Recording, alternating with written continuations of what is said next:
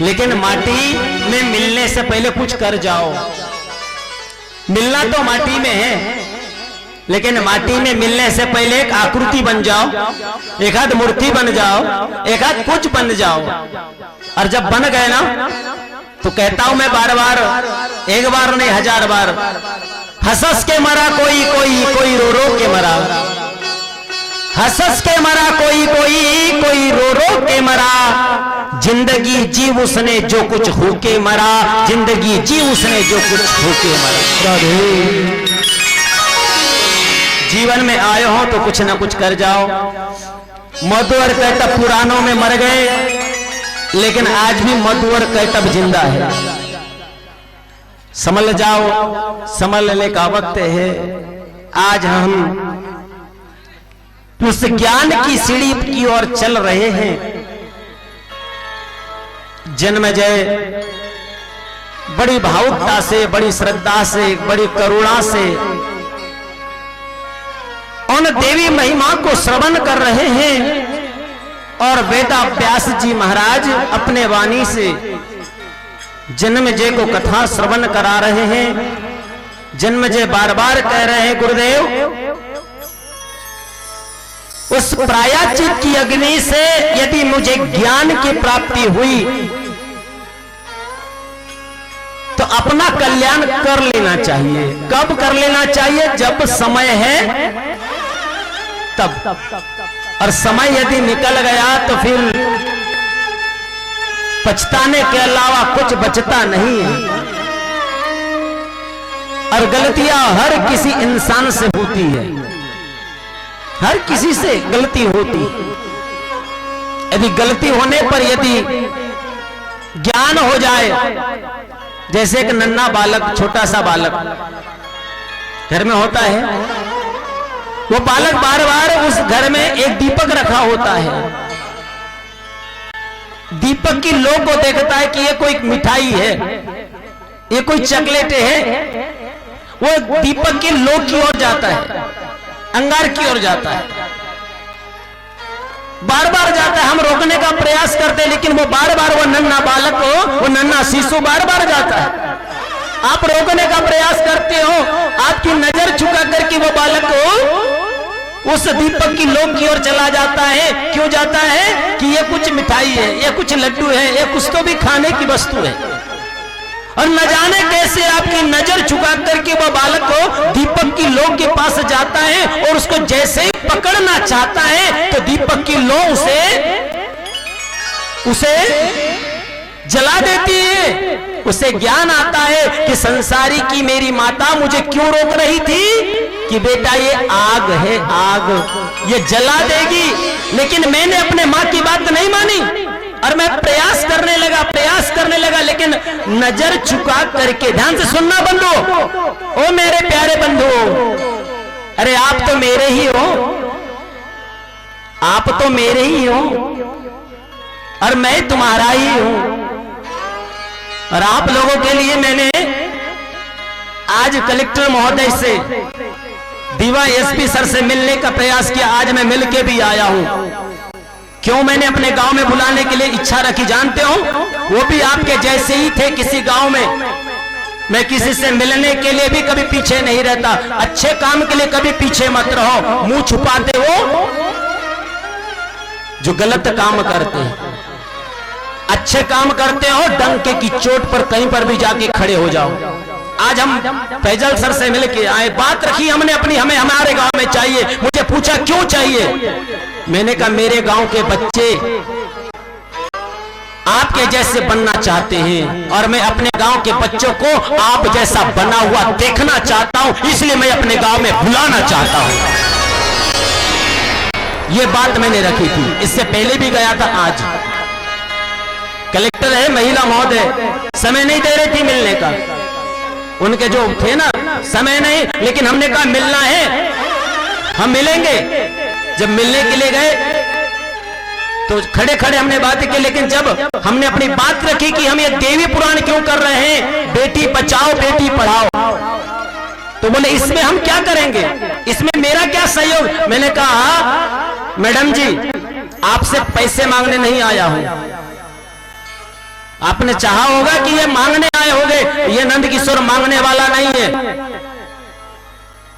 तो क्या कहा, तो क्या किस लिए आए हो? मैंने कहा आप एक महिला है, एक नारी है, और हमारे गोंदिया जिले का सौभाग्य है, मेरे बेरडी पार का सौभाग्य है कि मेरे गांव में देवी पुराण है और आप एक नारी है। मेरे गांव की बच्चियों को आपके जैसा होते हुए देखना चाहता हूं। मेरे गांव और मेरे क्षेत्र की ऐसी लड़की को आपके जैसी कलेक्टर बनी हुई मैं अपने आंखों से देखना चाहता हूं। इसलिए बेरडी पार में बुलाने की इच्छा रखता हूं और मैं आपको निमंत्रण देने के लिए मैं स्वयं आया हूं। ये बात जब मैंने रखी, टेक यूर सीट, क्या मिल गई? सीट मिल गई। ध्यान से सुनना, जो नहीं कर पाए मां बाप अपने बच्चों के लिए, बेटे के लिए, बेटी के लिए क्या नहीं करते। जिस दिन सुन लेते हैं बेटी का जन्म हुआ है, ओ मेरे प्यारे बेटियों, बच्चियों, बहनों, भाइयों,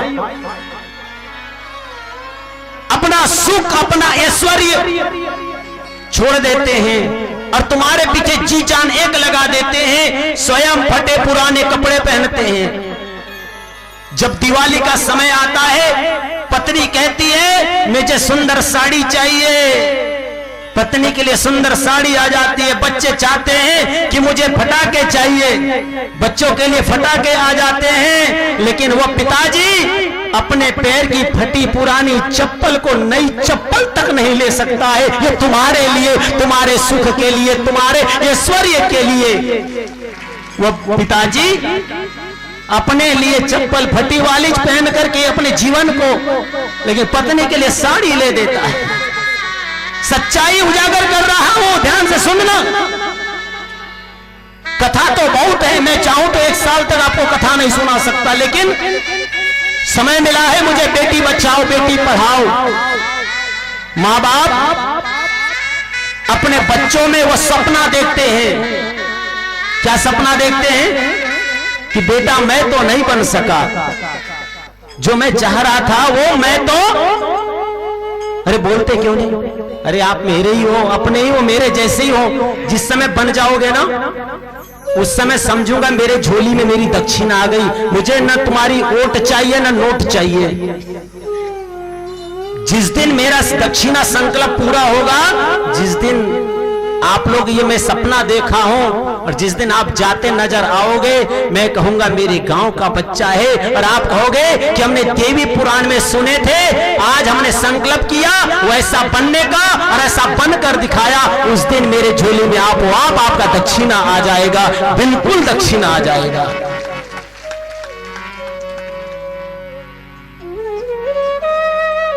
बड़ा स्वप्न सजाते हैं माँ बाप।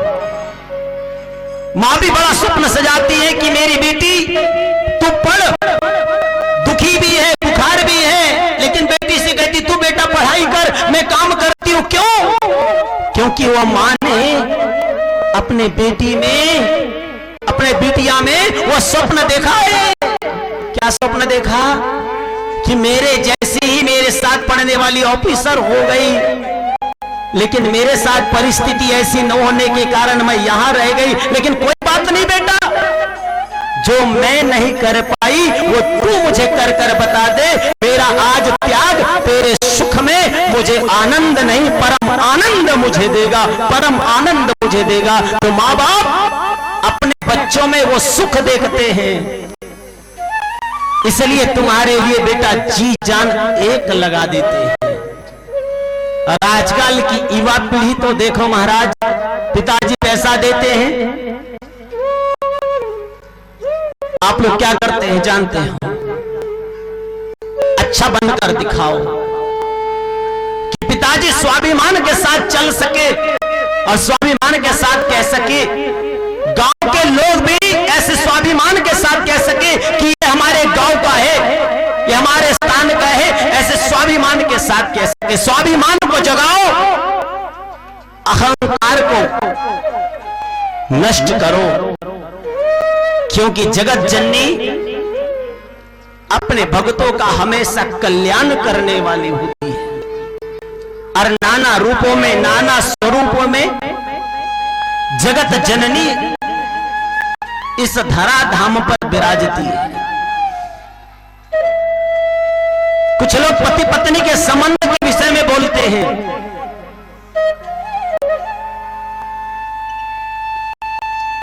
लोग चाहते कि पत्नी मिले, लोग चाहते हैं मां मिले, लेकिन बेटी न मिले। बंधुओं, अगर बेटी न हो तो फिर मां आवेगी कहां से?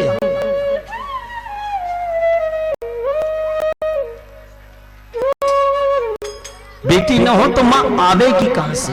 इसलिए बेटी, और बेटी भी ऐसी, ओ मैया।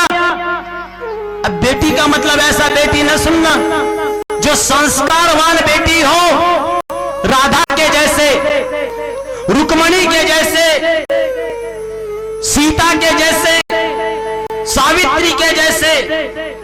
ऐसी बेटी यदि उस कुल में आ गई तो वो मां का कोख, मां का जो है ना, एकदम मां भी एकदम गर्व हो जाती। क्यों? क्योंकि बंधुओं, जननी और जन्मभूमि एक ही बार मिलती है। जननी और जन्मभूमि हमको एक ही बार मिलती है। और जो मां की कोख में 9 महीने तक बेटा या बेटी जो रहती है, वो मां का सबसे बड़ा सुख और कब होता है जानते हो? जब उसका बेटा अच्छे काम के लिए लग जाता है, अच्छे पद पर हो जाता है। और बाबा संत शिरोमणि इस बात को मानस में कहते हैं क्या? सोई जननी सोई सुत बड़ भागी, सोई जननी सोई सुत बड़ भागी, सोई जननी सोई सुत बड़ भागी, सोई जननी सोई सुत बड़ भागी, सोई जननी सोई सुत बड़ भागी।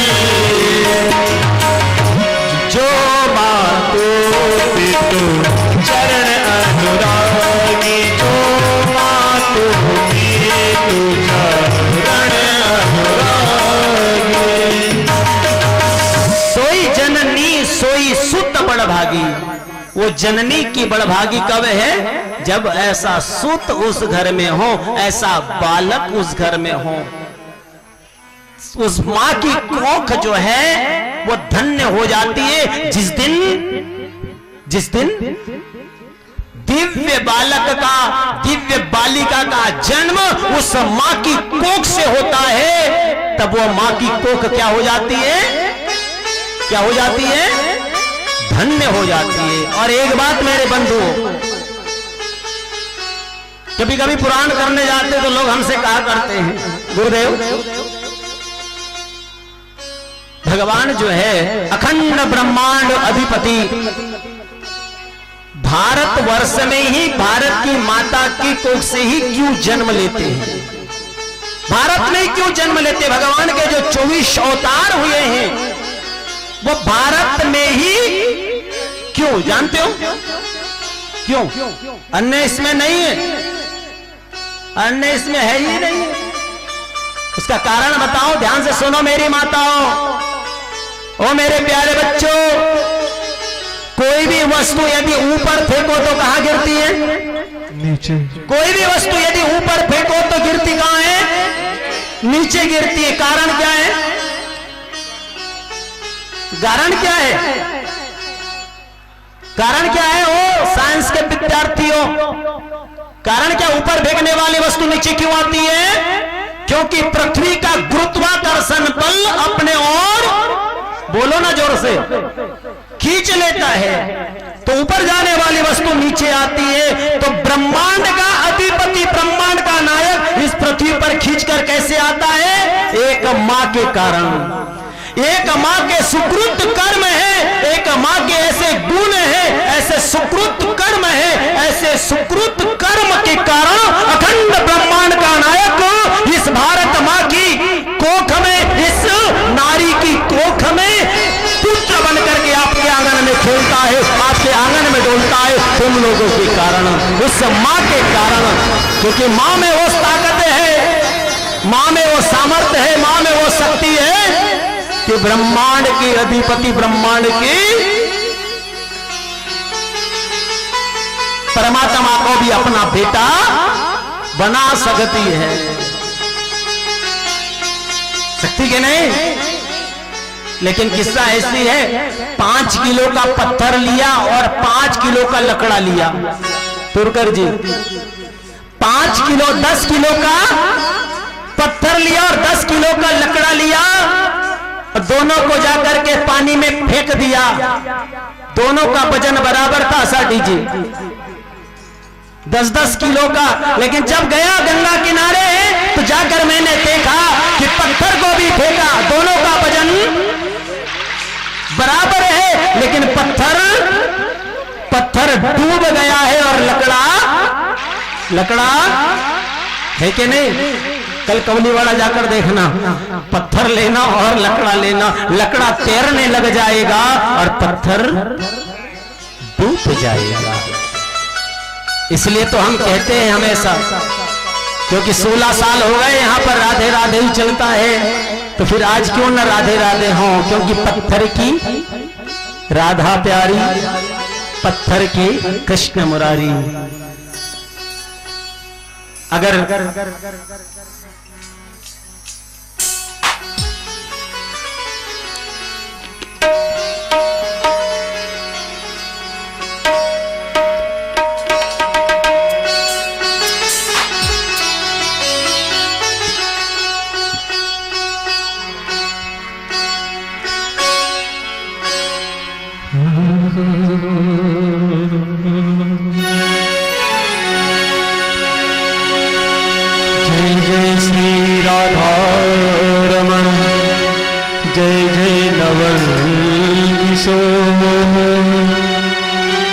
जय गोपी चित चोर प्रभु, जय जय माखन चोर। राधा मेरी स्वामी मैं, राधे जुगदास, जन्म जन्म मोहि दीजियो श्री वृंदावन वास।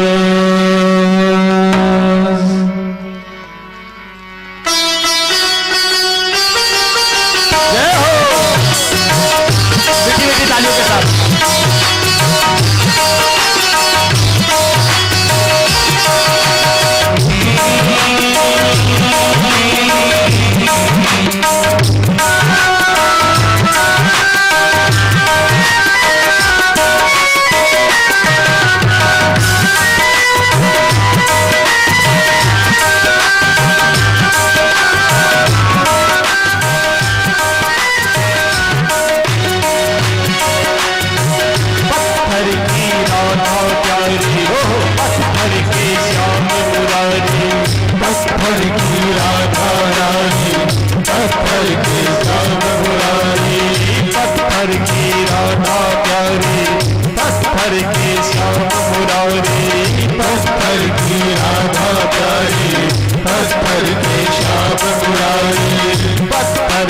पत्थर घिसके पैदा होती चिंगारी, पत्थर से पत्थर घिसके पैदा होती चिंगारी।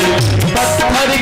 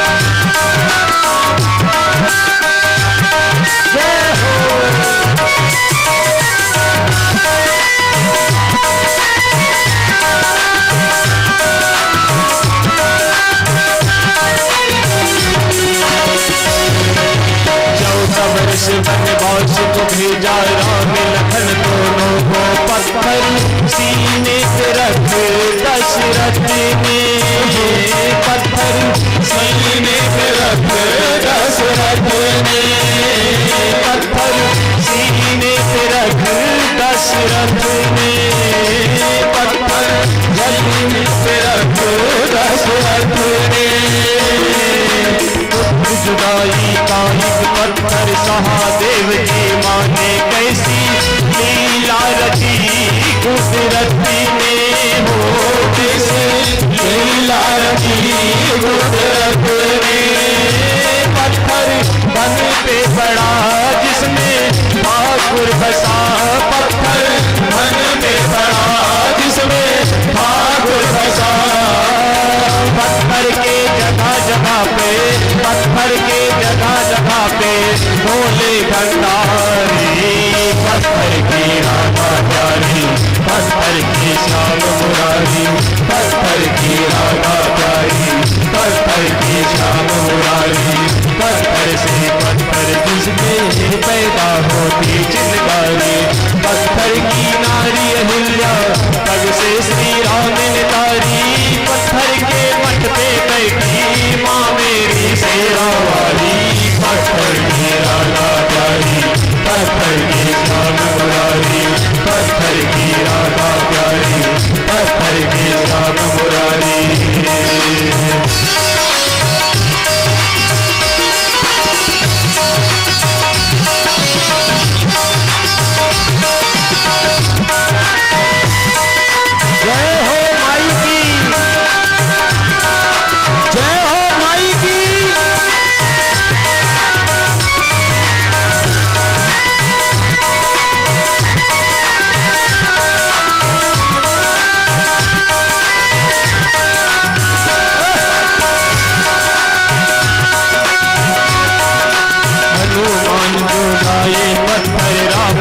सीने पर पत्थर पानी बीच बहाए पत्थर पानी बीच बहाए पत्थर पानी बीच बहाए बह गए पानी के पत्थर देखा जब सेना ने मेरे राम प्रभु हर साए मेरे राम प्रभु हर साए मेरे राम प्रभु हर साए मेरे राम प्रभु हर साए से तू बांध बना पानी पत्थर तरा से तू बांध बना पत्थर पानी तरा पत्थर के जगह जगह पे पत्थर के जगह जगह पे भोले भंडारी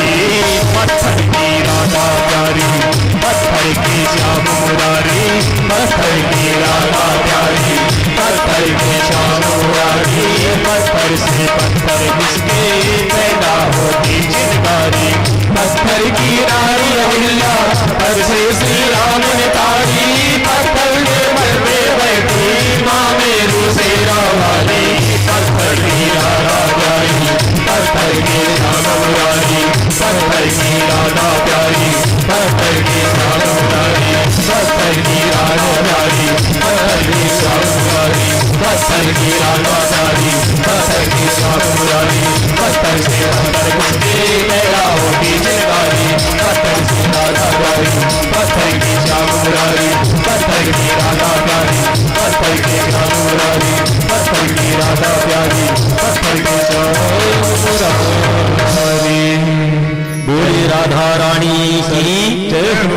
जय जय श्री सभी लोग बात कर जय जय श्री राधे जय जय श्री राधे जय जय श्री राधे। राधे का मतलब राह मतलब इति राधे। जब हम विषम परिस्थितियों में फंस जाते हैं, जब रास्ता हमको मिलता नहीं है, वो उस मुश्किल की घड़ी से हमको रास्ता हमारी मंजिल तक हमें पहुंचा दे, उसी का नाम है जय जय श्री राधे जब यहाँ पर जगह नहीं मिलती तो बोलते ना थोड़ा सा रास्ता दे, थोड़ा सड़क बोला। जो पहले आ गए वो आगे आगे बैठ गए। अब पीछे से आने वाले देखते पूरा पिंडाल फूल है, कहाँ बैठे तो बोले थोड़ा सड़क भला, थोड़ा सा बोलते हैं ना, रहा और आप बैठ गए। इसका मतलब है विषम परिस्थितियों से हमको निकाल दे, उसी का नाम है जय जय श्री राह दे, हमारी मंजिल तक हमें पहुंचा, इसी का नाम है बोले बरसाने वारी की। आवाज कम नहीं लग रही है? नहीं लग रही है? इनकी मेरी नहीं है, तो नीतीश का तो जोरदार है। माँ दुर्गा साउंड सिस्टम का तो सिस्टम ही हिला के रख दिया है पूरे क्षेत्र का, इतना जोरदार बना दिया है कि एक बार जोरदार तालियां बजा दीजिए। एक बार जोरदार जयकारा सबका, सब मिल करके जयकारा शेरावाली का बोल सच्चे दरबार की जय हो। जन्म जी ने कहा कि प्रभु भगवती योगेश्वरी के चरित्र की को कहने की कृपा कीजिए। व्यास जी कहते हैं पूर्व समय की बात है, इस धरातल पर महिषासुर नामक एक असुर था। महिषासुर नामक एक राजा था। महिषासुर ने कठिन तप किया और ब्रह्मा जी ने किसी के हाथ से न मरने का वरदान भी प्राप्त किया। पहला तो वर मांगा कि अमर हो जाऊं, तो ब्रह्मा जी ने कहा अमर तो हो नहीं सकते, एक कन्या के द्वारा तुम्हारा मृत्यु होगा।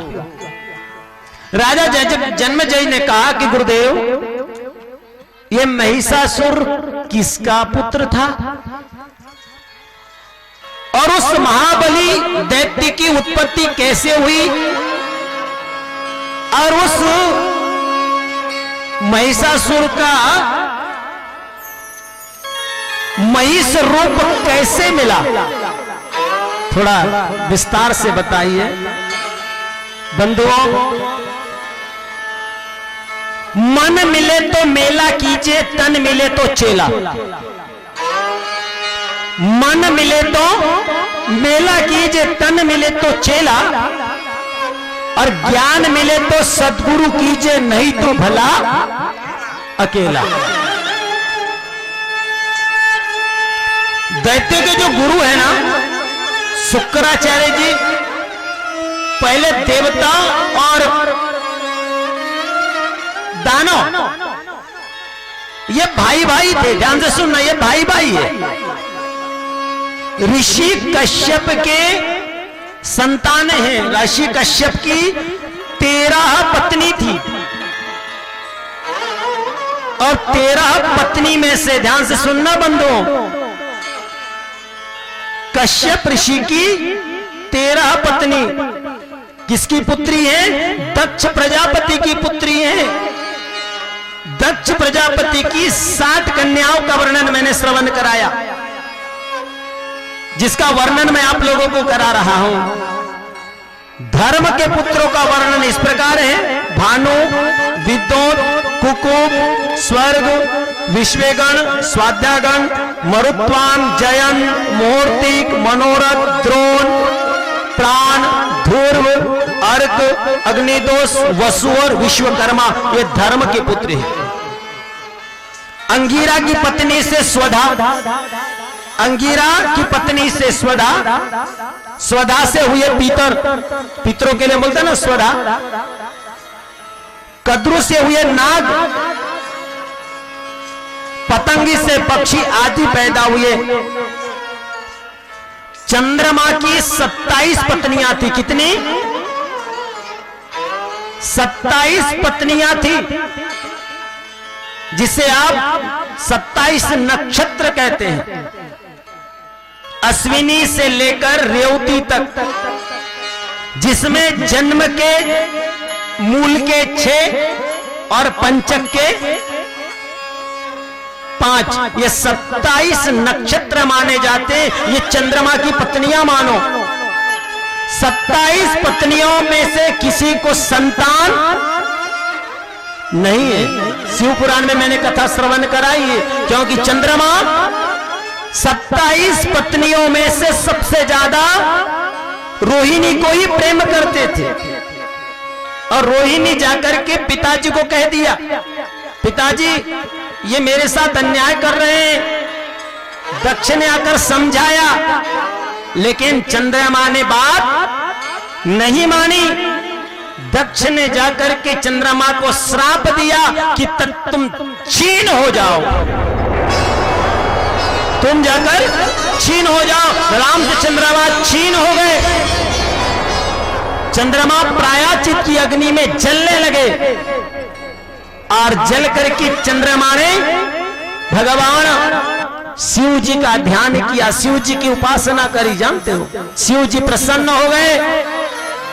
शिव जी ने कहा कि श्राप जो लगा है वो से भोगना है। एक बार क्या हुआ, ट्रेन में जा रहे थे, ट्रेन में जा रहे थे तो एक संत जी बाजू में बैठे हुए थे। सीट में बड़ी भीड़ चल रही थी। ट्रेन में चल रहे थे। आज वो साले कस्सा वाले ना ट्रेन से आए ना, तो बता रहे थे बड़ी भीड़ चल रही थी, बड़ा हम गोंदिया में उतर गए जी के। काय के कारण? भीड़ के कारण। मैंने कहा अच्छा है। तो क्या हुआ, भीड़ बहुत थी और कुछ लड़के लोग थे, वो संत बाबा जी को देख करके ठिठोली कर रहे थे। ए बाबा जी थोड़ी सी जगह दो ना, ए बाबा जी थोड़ी सी जगह दो ना।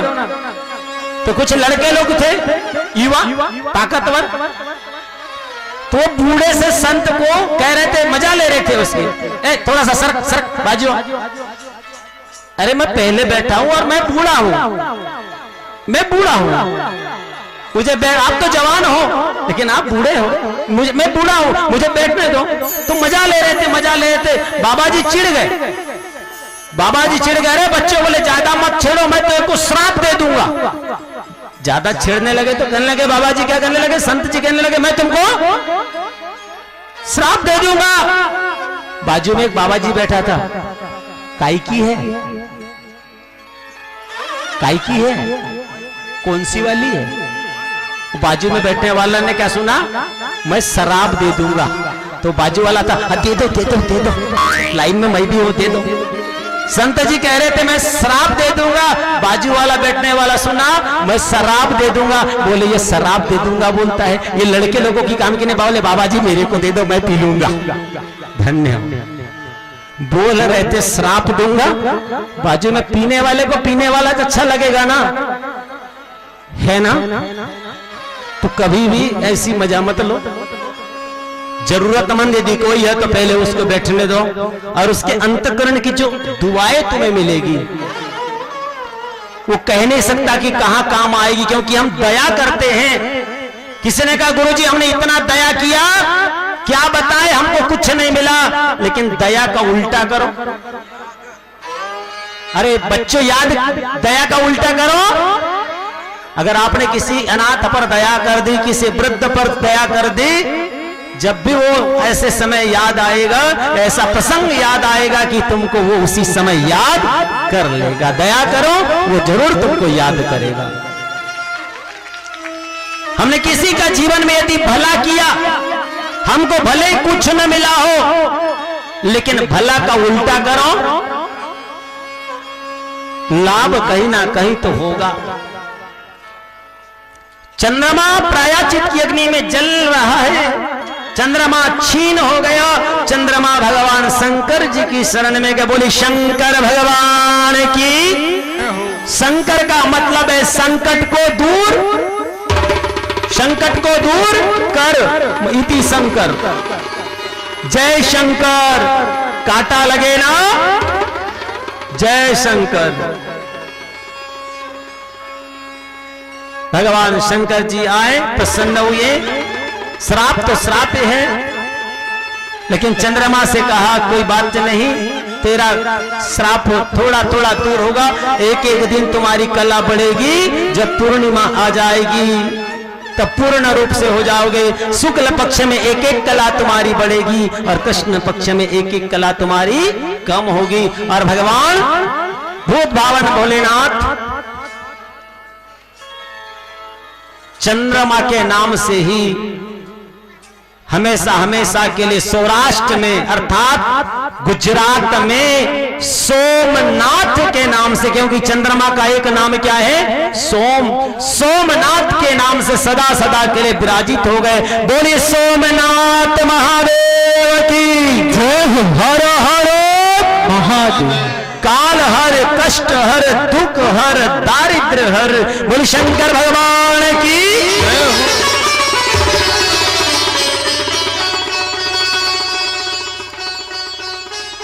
चंद्रमा की कोई संतान नहीं, लेकिन कश्यप ऋषि की तीमी नाम की पत्नी से जल जंतु, ध्यान से सुनिए, 13 पत्नियों के ऐसे क्या क्या हुए हैं।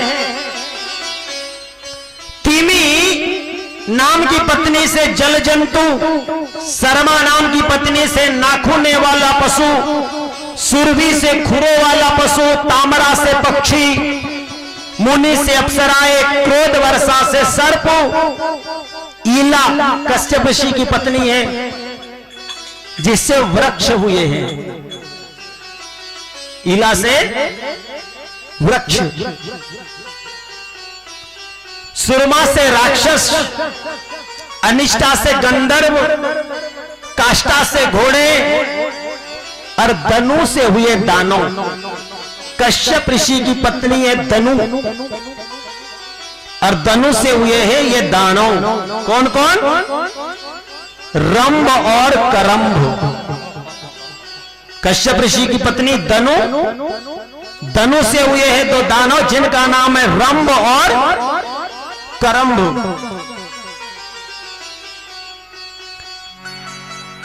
धनु के पुत्र वैश्वानर की उपदानवी हथिशिरा, पुलोमा, कालका 3 पुत्रियां हुई। इन 3 पुत्रियों में पुलोमा और कालका से 60,000 दानव पैदा हुए। उन्हीं में विप्रचित सिंहिका पत्नी से केतु, सिंहिका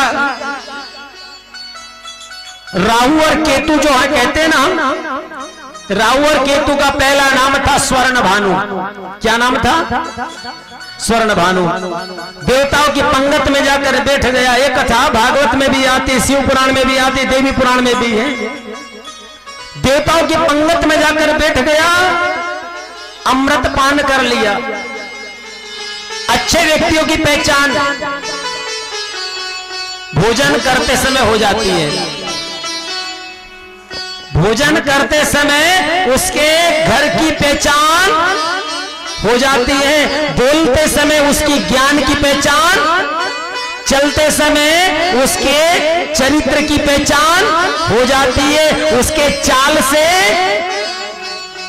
उसके चरित्र की पहचान हो जाती है, और उसके नेत्र से उसकी चंचलता की पहचान। अरे बोलते क्यों नहीं?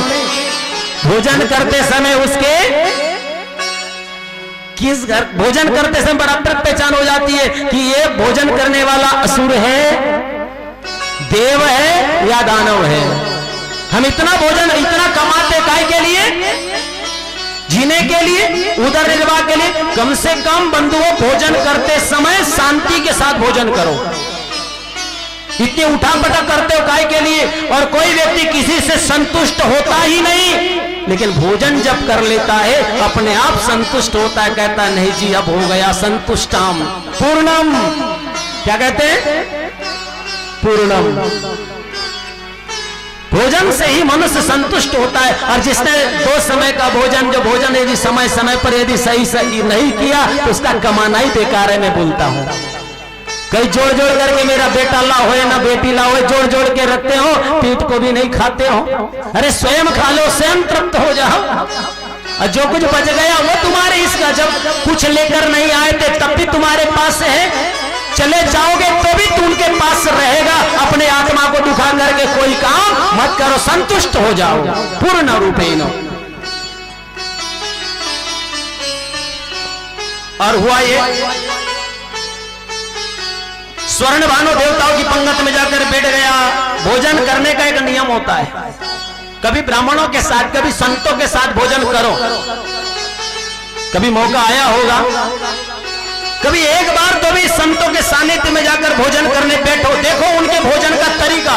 खाते वही है, दाल चावल रोटी सब्जी, लेकिन उनके बैठने का तरीका, उनके भोजन करने का एक भाव, क्योंकि सात्विक अन्न यदि हमारे शरीर में जाता तो सात्विक ऊर्जा देता है।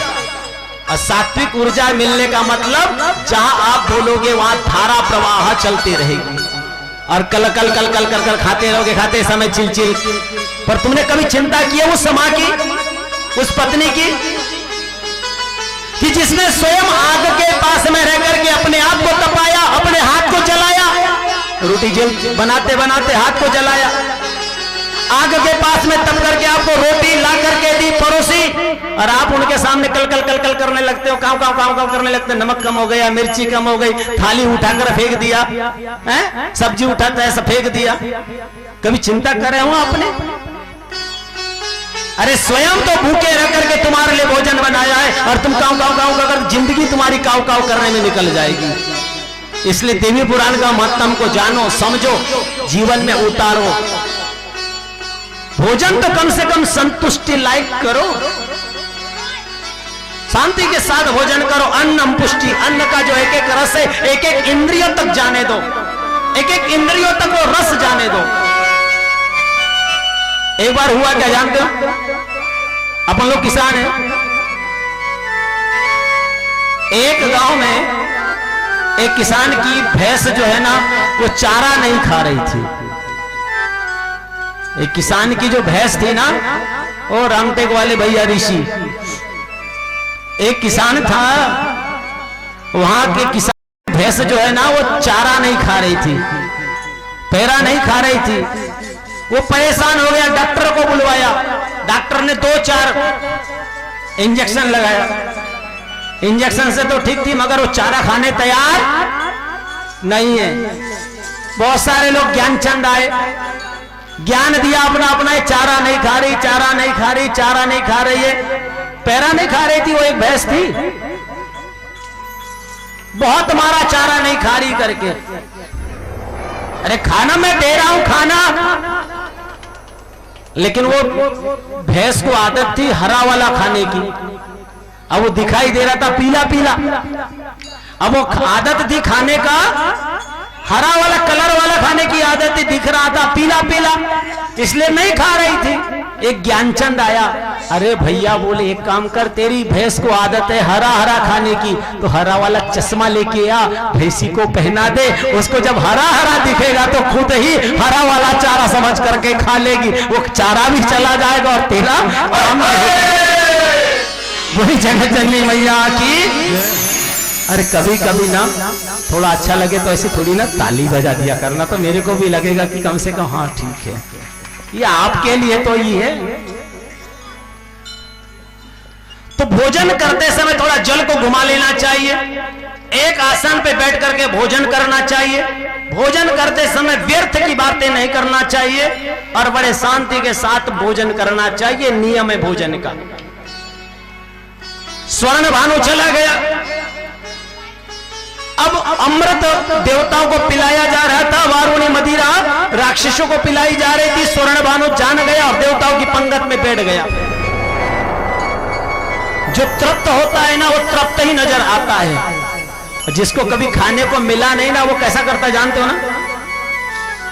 ये स्वर्ण भानु आगे आगे आगे आगे होने लगा, मेरे को मिलता है कि नहीं, मेरे को मिलता है कि नहीं, मिलता है कि नहीं।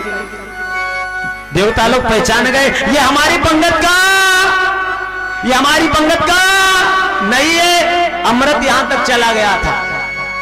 भगवान विष्णु जी ने सीधा सिर ही काट दिया, हो गया राहु और केतु। बंधुओं, राहु और केतु को ढूंढने जाना है तो कहीं नहीं, आपके पास ही राहु है और आपके पास ही केतु है। बताएं राहु कहां है? आपका मुख ही राहु है और कंठ ही, आपका मुंह ही राहु है। यदि बड़े से बड़े काम को यदि आसान करना है तो मुंह में मधुरता चाहिए, मिठास चाहिए।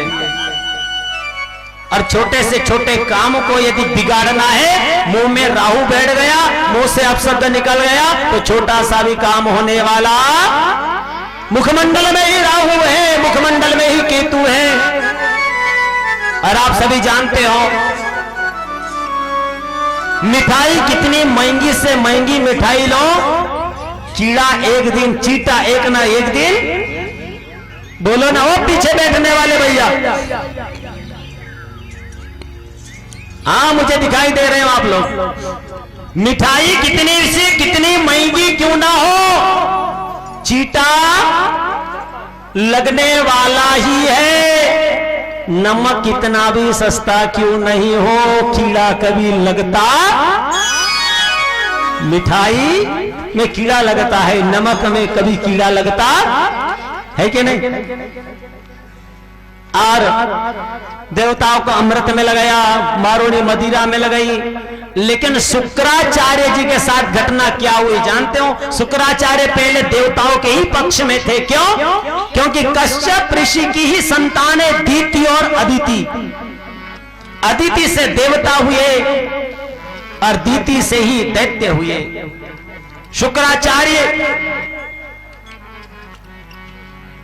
शुक्राचार्य जी महाराज जो है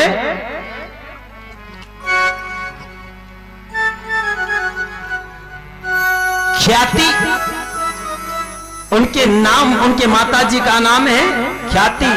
हिमकुंड वृणालाभम दैत्यानाम परम गुरु सर्वशास्त्रों प्रवक्तार भार्गव प्रणम। भार्गव ऋषि के पुत्र, माताजी का नाम है ख्याति।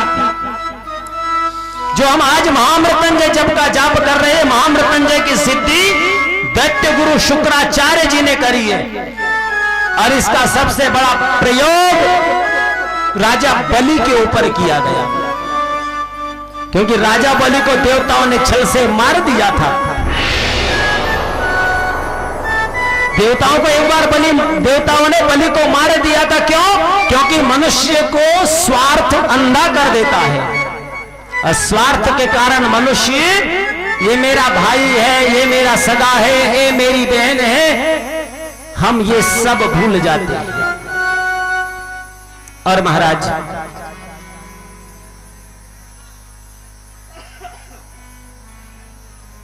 भृगु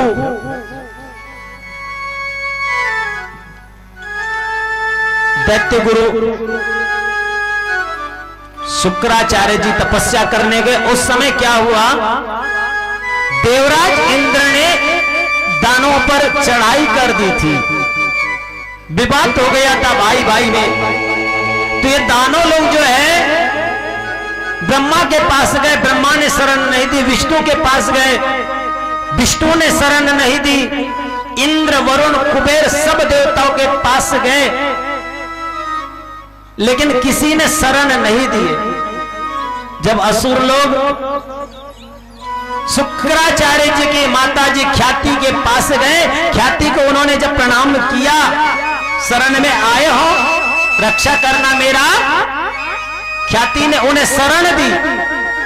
जब शरण दी तो देवताओं ने समझाया कि ये असुर है, इसे शरण मत दो। तो ख्याति ने कहा ये मेरी शरण में आए हैं, मैं इन्हें सुधरने का एक मौका दूंगी। भगवान विष्णु जी ने कहा नहीं नहीं नहीं नहीं, इन्हें मर जाना चाहिए। बोले जब तक मैं जीवित हूं तब तक इनको कुछ भी नहीं हो सकता। यह दैत्य गुरु शुक्राचार्य जी की माताजी ने कहा। और हुआ क्या जानते हो? दैत्य गुरु शुक्राचार्य जी की माताजी ने क्या किया, उन असुरों को अपने शरण दी। जब शरण उन्होंने दी तो भगवान विष्णु ने बोले शरण क्यों दी? तो भगवान विष्णु ने अपने सुदर्शन चक्र से शुक्राचार्य जी के माताजी का सिर ही काट दिया। और जब यह बात शुक्राचार्य जी को पता चली, हे देव, हे विष्णु, आज से तुम हमारे शत्रु हो गए हैं। उस दिन से शुक्राचार्य जी बन गए दैत्यों के गुरु। उसी दिन से दैत्यों के सम्राट, दैत्यों के गुरु। और जब जब शुक्राचार्य जी ने जिसको भी दीक्षा दी, उनको मारने के लिए भगवान को ही इस धरती पर आना पड़ा या फिर भगवती को इस धराधाम पर आना पड़ा है। ऐसे श्रेष्ठ कहते हैं। मेरी जो किताब थी अनमोल विचार, उसमें लिखा था दैत्य शुक्राचार्य समान गुरु नहीं। तो वहां से फोन आया था छिंदवाड़ा से, जो कैलेंडर हमारा पहुंचा था, गुरुजी अपने कैलेंडर में लिखा कि शुक्राचार्य जैसे गुरु नहीं, दशरथ जैसे पिता नहीं। ये शुक्राचार्य जी का मतलब, अरे जब जब शुक्राचार्य जी ने जब जब दीक्षा दी है वो असाधारण नहीं दी, जिसके लिए भगवान को या भगवती को इस धरा धाम पर लाना पड़ा वो शुक्राचार्य है। बोली जगत जननी मैया की, क्योंकि मां भगवती जगत जननी भी है और संहार करने वाली भी है। तो हम सब माई के दरबार में हैं। माता रानी से हम प्रार्थना करें, हे मां भगवती हम शरण तुम्हारे आए हैं, रक्षा हमारी करो।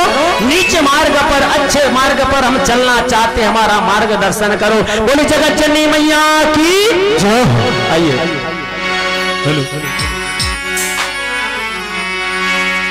और दिल में तुम्हारे नाम की,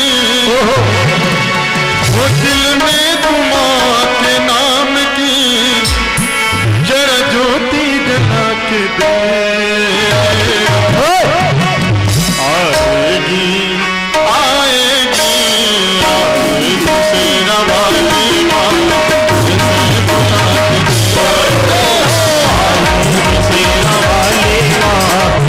बुला के दे। वो दिल में तुम्हारे नाम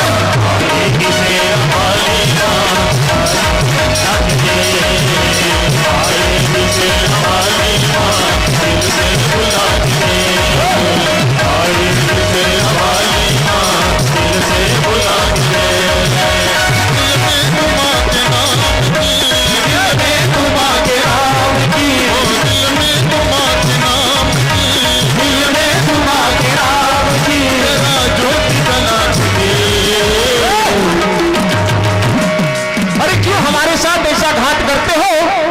क्यों हमारे साथ ऐसा घात करते हो? हम लोग भजन गा रहे हैं, आप लोग मिलकर बात करते हो और हाथों की बिकी हुई गालियों की सेवा लेते हुए क्या कहना है?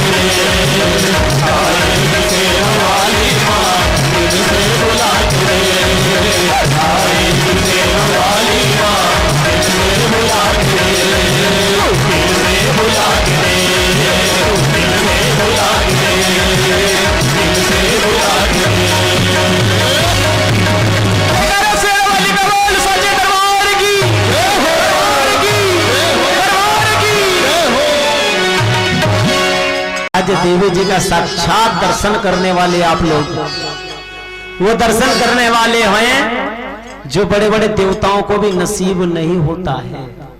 बड़े बड़े ऋषि जिसकी ध्यान लगा करके साधना करते, वो दर्शन आज आपको होने वाला है। जागृत रहो, जागते रहो, सोना नहीं। हाँ, नहीं तो सोने वाले क्या होते जानते हो ना? हाँ, जगा देना भैया, सोना नहीं करके, क्योंकि सोने वाले क्या होते हैं? क्या होते हैं? और बाजू में बैठने वाले कौन होते हैं? तो आप चाहोगे सपेरा बनना चाहोगे क्या? फिर एक बार जोरदार जयकारा। सो रहे हो क्या? फिर आवाज नहीं आ रही ना? जाग रहे हो ना?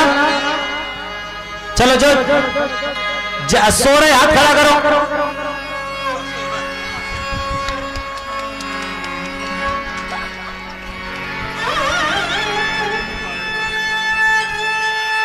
अच्छा, जो जाग रहे हो हाथ खड़ा करो।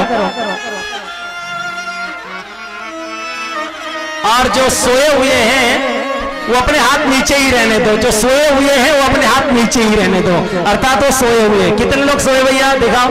जिनके हाथ नीचे वो सोए हुए हैं, और जिनके हाथ खड़े वो माता रानी के दर्शन के लिए आतुर है। हे मां, कहीं देर न हो जाए, हमारी आंखों की पुतली से हमारी आंखें बंद न हो जाए।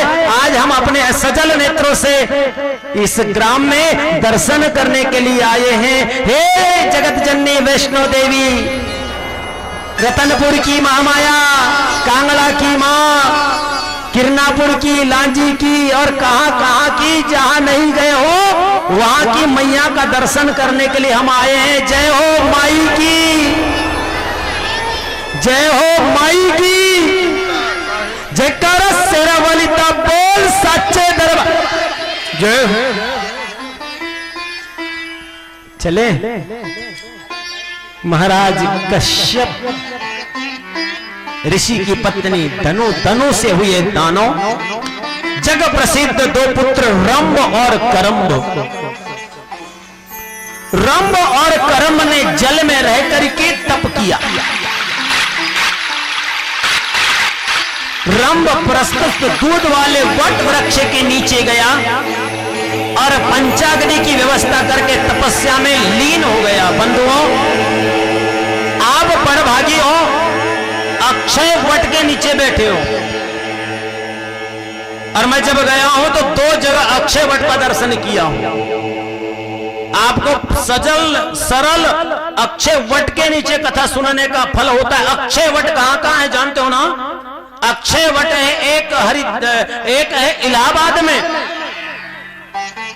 त्रिवेणी संगम के निकट। कहां चले गए काका जी? अभी हम जब गया जी गए थे ना, मां गंगा और यमुना और मां सरस्वती के बीच अक्षय वट है। और एक अक्षय वट है गया जी में। कहां पर? गया जी में। क्योंकि गया जी जब जाते हैं तो 3 जगह पिंड होते हैं। एक होता है फाल्गु में, सीता कुंड के पास। दूसरा पिंड होता है प्रेतशिला में, और तीसरा जो अंतिम पिंड होता है वो अक्षय वट में।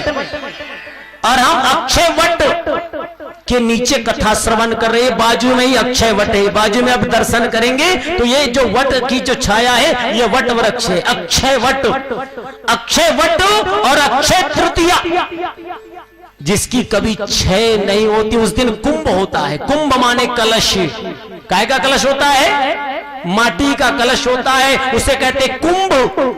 जब तृप्त के लिए कलशा अक्षय तृतीया के दिन, जिसका कभी क्षय नहीं होता है। अगर आध्यात्म दृष्टि पर बोलूं ना तो वास्तव में ऐसा लगता है कि कौन सी कथा सुना दो और कौन सी नहीं, लेकिन समय में भी बंधा हूं, क्योंकि कलेक्टर साहब का आदेश है कि समय को भी देखना है, जनता को भी देखना है और माताओं को भी देखना है, क्योंकि सवेरे उठ करके खेत में भी जाना है, क्योंकि धन संपत्ति हमारी खेत में रखी हुई है, छोड़ दिए हैं अभी 6 बजे से लेकर 12 बजे तक के लिए। और क्या कहते हैं पप्पू, ये लोग जानते हो, बेड़ी बार की माताएं जो आजू बाजू के लोग हैं, ये 7 दिन के लिए क्या कहते जानते हो?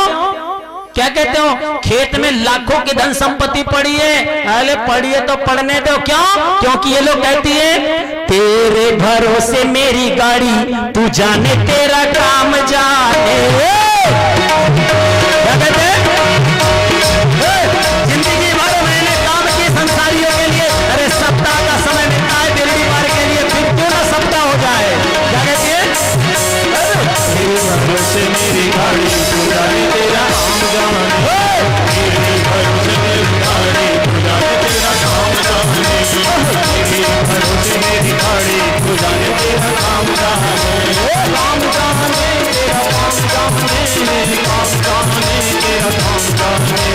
काम जाने तेरा काम जाने, मेरे काम जाने तेरा काम जाने। काम जाने तेरा काम जाने, मेरे काम जाने तेरा काम जाने। काम जाने तेरा काम जाने, मेरे काम जाने तेरा काम जाने। मेरे भरोसे मेरी गाड़ी, तू जाने तेरा काम जाने। मेरे भरोसे मेरी गाड़ी, तू जाने तेरा काम जाने। मेरे भरोसे मेरी गाड़ी, तू जाने तेरा काम जाने। मेरे भरोसे मेरी गाड़ी, तू जाने तेरा काम जाने। बोले जगत जननी मैया की। राम और कर्म ने तपस्या करी। दोनों दैत्य की स्थिति का पता लगने पर इंद्र के मन में ईर्षा आ गई। मनुष्य का सबसे बड़ा शत्रु है ईर्षा। मेरी एक टांग टूटे तो टूटे, लेकिन पड़ोसी की दोनों टूटना चाहिए। मेरी एक आंख फूटे तो फूटे, लेकिन पड़ोसी की दोनों। बोलते क्यों नहीं? मेरा एक हाथ टूटे तो टूटे, लेकिन पड़ोसी के दोनों हाथ टूटना चाहिए। ईर्षा सबसे बड़ा शत्रु है। ईर्षा सबसे बड़ा शत्रु। ईर्षा के कारण देवताओं के राजा इंद्र ने करम्ब की जीवन की लीला को समाप्त कर दिया। इंद्र ने ईर्षा से, छल से करम्ब को मार दिया और रंभ ने सुना कि अब भाई की मृत्यु हो गई, इंद्र से मैं बदला लूंगा। किससे बदला लूंगा? इंद्र से मैं बदला लूंगा। इंद्र से बदला लेने के लिए अग्नि देव की आराधना करी। रंभ ने अग्निदूतम पुरा दब्धे लोक विवर्जिता, अग्नि का ध्यान किया, अग्नि का स्मरण किया। अग्निदेव प्रसन्न हो गए। अग्निदेव ने कहा कि हे रंभ, तुझे वरदान क्या चाहिए? बोल क्या चाहिए? रंभ ने कहा मैं त्रिलोकी पर विजय पाना चाहता, त्रिलोकी पर विजय पाने वाला पुत्र चाहता हूं। त्रिलोकी पर विजय पाने वाला पुत्र चाहता हूं। अग्निदेव ने कहा कि हे रंभ, मैं तुम्हें वरदान देता हूं। हे महाभाग रंभ, जिस सुंदरी भार्या पर तुम्हारी दृष्टि पड़ेगी उसी के गर्भ से महापराक्रमी पुत्र होगा। व्यास जी कहते हैं जन्मजय, अग्निदेव की बात को सुन करके दैत्यवर रंभन ने अग्निदेव के चरणों में प्रणाम किया और अपने स्थान की ओर चल दिया। जब अपने स्थान की ओर जब चलने लगा, उस समय मन में काम का विकार आ गया, क्योंकि कहते हैं ना, जैसी दृष्टि वैसे, अरे बोलते क्यों नहीं, आंखों से जैसा आप दृश्य देखोगे मन वैसा कार्य करना शुरू कर देगा। जैसी बातें आप कान से सुनोगे वह कान वैसा कार्य करना शुरू कर देगा। और रंभ के मन में काम का विकार आ गया। जब काम का वेग आ गया तो देखा किसको, सामने जा रही थी एक महिषी, एक महिषी जा रही थी। काम भाव से एक महिषी उस दानवराज रंभ की दृष्टि पड़ गई और उस समय वह महिषी भी जवानी के मध्य में चूर थी। और कहते हैं होनी बड़ी प्रबल होती है, होनी बड़ी प्रबल होती है। जैसे होनी के लिए ये 16 तारीख की कथा का बड़ा बड़ा महत्व है। 16 साल इस ग्राम के सप्ते को लगातार 16वीं देवी पुराण 16 का बड़ा 16 मातृका 16 देवी होती ना, गौरी पद्मा सची मेधा सावित्री विजया जया देवसेना स्वदा स्वाहा मातरो लोक मातरा। ये होनी बड़ी विचित्र होती है। और कहते हैं ना, होता वही है जो होनी बड़ी प्रबल है, होनी बड़ी प्रबल है। और रंभ के तेज से वो महिषी गर्भवती हो गई। उस दृश्य को एक भैंसे ने देखा। कोई एक दूसरा भैंसा उस भैंस पर टूट पड़ा, अतएव भैंसे को मारने के लिए रंभ स्वयं सामने आ गया। और उस भैंसे ने उन तीखे सिंगों द्वारा रंभ के हृदय में गहरी चोट कर दी और इससे उसके प्राण जो है अलग हो गए, अर्थात रंभ की भी मृत्यु हो गई।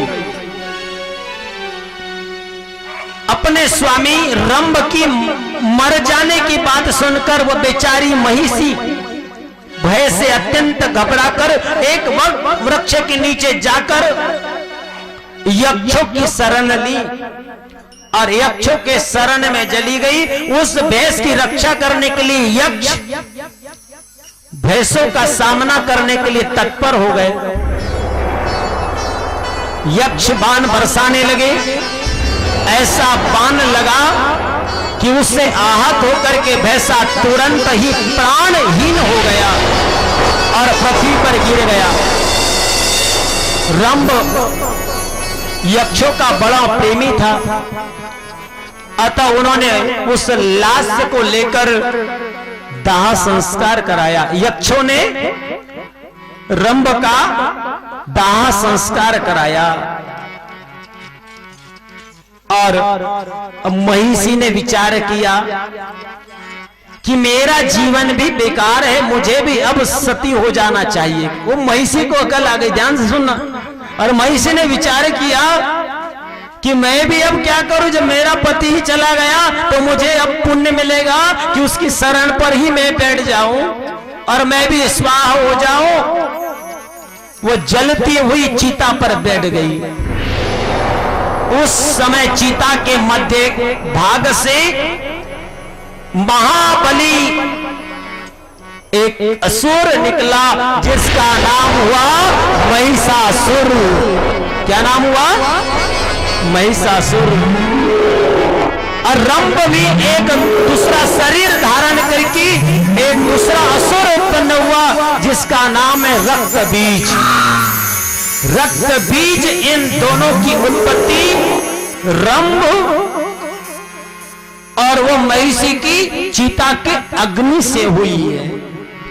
महिषासुर ने विचार किया कि देवताओं ने हमारे साथ छल किया है, देवताओं को हम चैन की सांस लेने नहीं देंगे। और महिषासुर ने अपने मित्रों की टोली बनाई, बिडाल, ताम्र, अन्य दैत्यों की टोली को इकट्ठा किया और इकट्ठा कर दिया और इकट्ठा करके सबसे पहले चढ़ाई कर दी देवराज इंद्र के ऊपर, जो थोड़ी देर पहले राजा था। वो महिषासुर से युद्ध में परास्त होकर के कंदराओं में मारा भटकने लगा, इधर उधर भटकने लगा।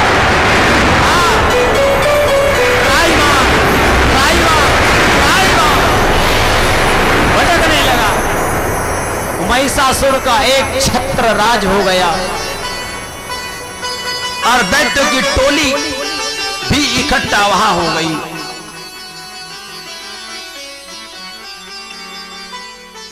एक छत्र राज हो गया है और एक छत्र राज होकर के महिषासुर इंद्र बन बैठा। यथाव्रतम ततोदस्तनम महिषासुर चेष्टितम त्रिदशा कथयामासु देवा पिबं ववैस्तरम। महिषासुर सूर्य, इंद्र, अग्नि, वायु, चंद्रमा, यम, वरुण, अन्य देवताओं के भी अधिकार को छीन करके सबका अधिष्ठाता बन गया। उस दुरात्मा महिष ने समस्त देवताओं को भी स्वर्ग से निकाल दिए। अब वो मनुष्य की भांति पृथ्वी पर विचर रहे हैं, भ्रमण कर रहे हैं। दैत्यों की सारी करतूत तो हमने आप लोगों से कह सुनाई। अब हम आपकी शरण में आए। सब देवता मां भगवती जगत जननी जगत कल्याणी की चरण शरण में गए। कहते हैं ना, मरता क्या नहीं करता। जब आदमी को दुख होती, तकलीफ होती है ना, तब हमको सब कुछ याद आता है। सुख में सब हम ऐश्वर्य में इतने लगे रहते, सब भूल जाते हैं। सब देवता थक हार करके आदि शक्ति परांबा जगत जननी का ध्यान करने लगे। हे मां शेरा वाली जगत जननी, हम तुम्हारी शरण में आए हैं। देवताओं की करुण पुकार सुनकर आदि शक्ति परांबा जगत जननी ने देख लिया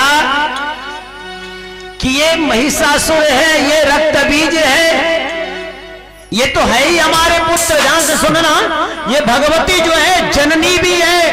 देखते रहती है कि ये इसका पाप का घड़ा भर गया।